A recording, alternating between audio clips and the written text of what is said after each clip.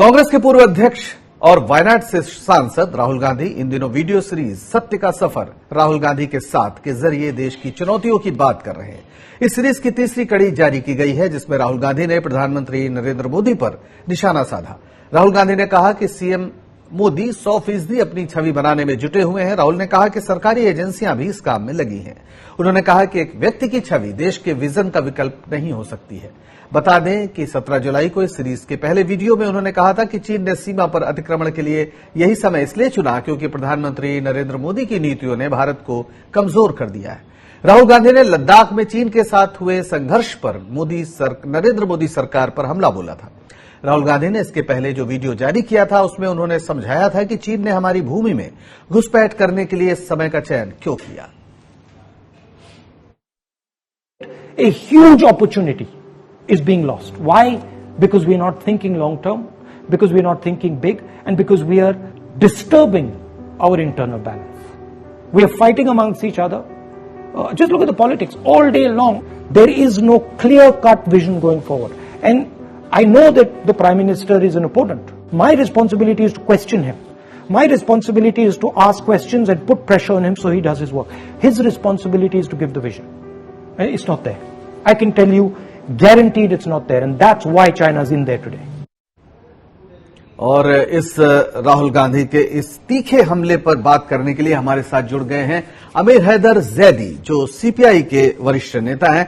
जैदी साहब, आपका बहुत बहुत स्वागत है। आपने अगर सुना हो कि राहुल गांधी ने लगातार तीसरा वीडियो भी जारी किया है और खास तौर पर चीन को लेकर जो सरकार की उनके हिसाब से जो एक ढुलमुल नीति है उस पर सवाल उठाए हैं और ये कहा है कि दरअसल नरेंद्र मोदी अपनी इमेज बचाने के लिए देश के साथ सही सूचना शेयर नहीं कर रहे हैं और चीन के मामले में लोगों को गुमराह किया जा रहा है और देश की तमाम संस्थाएं भी यही काम कर रही हैं। क्या कहेंगे आप? सिर्फ चीन के मामले में नहीं, सत्ता में बैठे लोगों ने समझ लिया है वो किसी कानून के ताबे नहीं। उनके ऊपर कोई संविधान नहीं है, वो किसी संविधान के तहत काम नहीं कर रहे। इसी घमंड में ये मुब्तला है। जन्म मृत्यु के कानून को शायद ये भूल जाते हैं।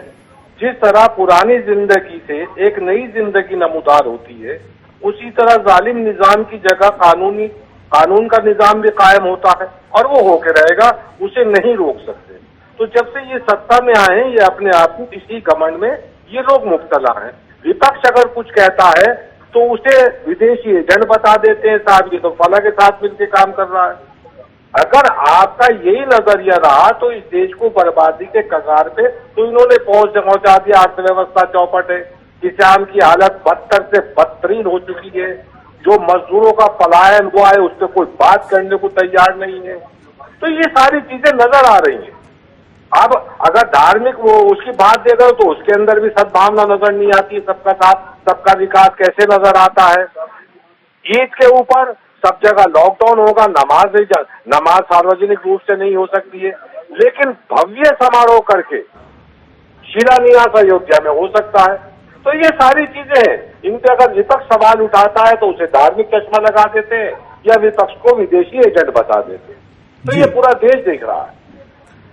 बिल्कुल, पूरा देश देख रहा है। लेकिन क्या आपको लगता है कि इस समय खासतौर पर राहुल गांधी जिस तरह से अपना वीडियो जारी करके पूरे मसले को समझाने की कोशिश कर रहे हैं, क्या इस समय जो राजनीतिक दल है कांग्रेस समेत और आप भी, ये सारे लोग, क्या जरूरी नहीं है कि आंदोलन के और रूपों के बारे में भी सोचें जो कहा जाता रहा है अतीत में?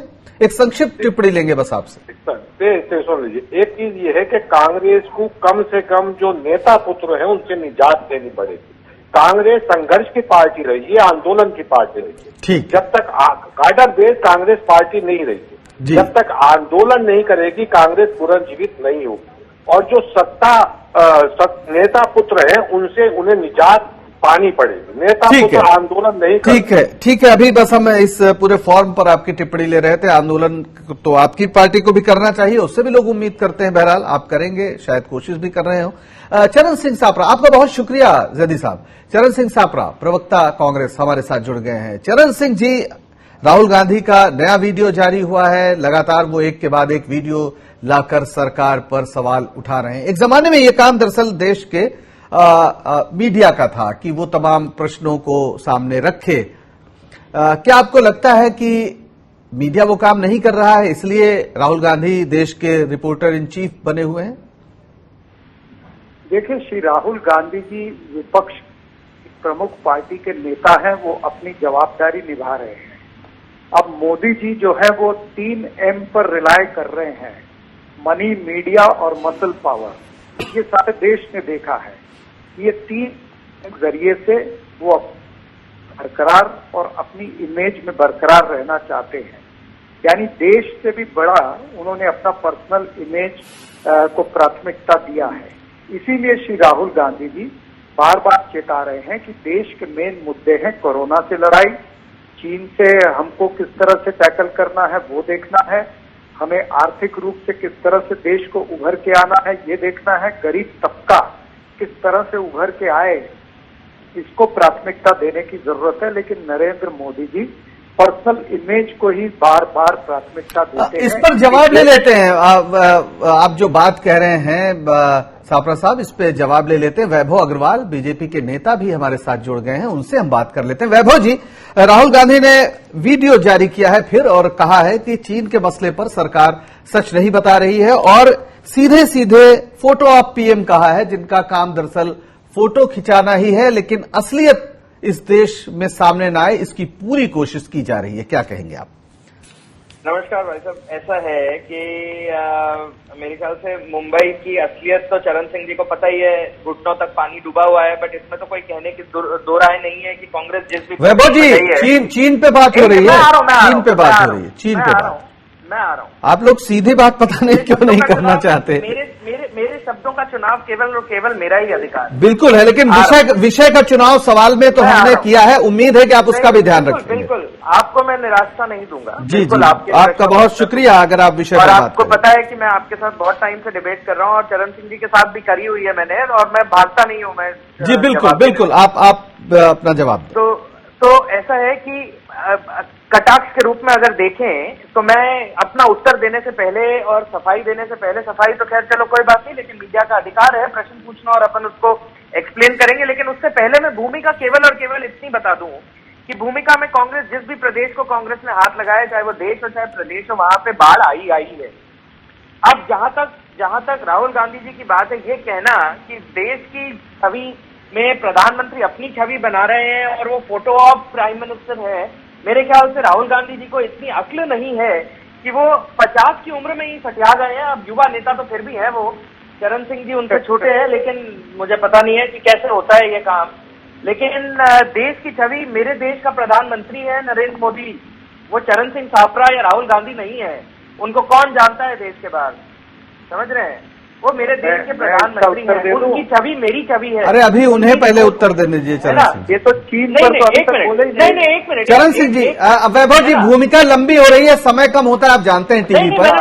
आपकी ये सारी टिप्पणियां, राहुल गांधी को कोई नहीं जानता, राहुल गांधी कुछ नहीं, वो सब ठीक है, वो आप कहते रहिए, भाषण भी दीजिए। लेकिन यहाँ पर बात यह है कि चीन के प्रश्न पर चीनी सेना वहां पे है और उस पर बात हम नहीं कर रहे हमारी सरकार की ओर से। मेरे को बोलने ही नहीं देंगे तो कैसे होगा? नहीं साहब, अगर आप लगातार अन्य विषयों पर बात करते रहेंगे तो मेरे पास अब 1 मिनट है, 30 सेकंड आपके पास है, अगर आप विषय पर बात करना चाहें तो। बोल रहे हैं वैभव जी, सिर्फ 30 सेकंड हमारे पास बचे, हमें ब्रेक लेना होगा।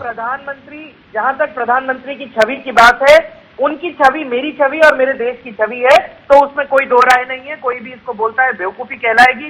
दूसरी बात, जहां तक चीन का मुद्दा है, चीन का मुद्दा भारत सरकार का मुद्दा है, राहुल गांधी का मुद्दा नहीं है। मेंबर ऑफ पार्लियामेंट के नाते कांग्रेस का अधिकार है, वो कांग्रेस में जितने भी 30-40 अपने विधायकों या ये मेंबर ऑफ पार्लियामेंट के साथ बैठी है।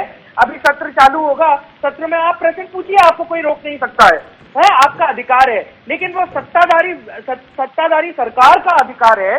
सरकार पे आप इस तरह कटाक्ष करके मीडिया से प्रश्न पूछेंगे, पार्लियामेंट में प्रश्न ना पूछ के, तो वो आपकी बेवकूफी है, राहुल गांधी की बेवकूफी है। अब आप जैसे शब्दों का चयन कर रहे हैं वैभव जी, उस पर बहुत ही आपत्ति है। और मुझे लगता है कि आपको भारत के राजनीतिक इतिहास को शायद पढ़ने का अवसर नहीं मिला।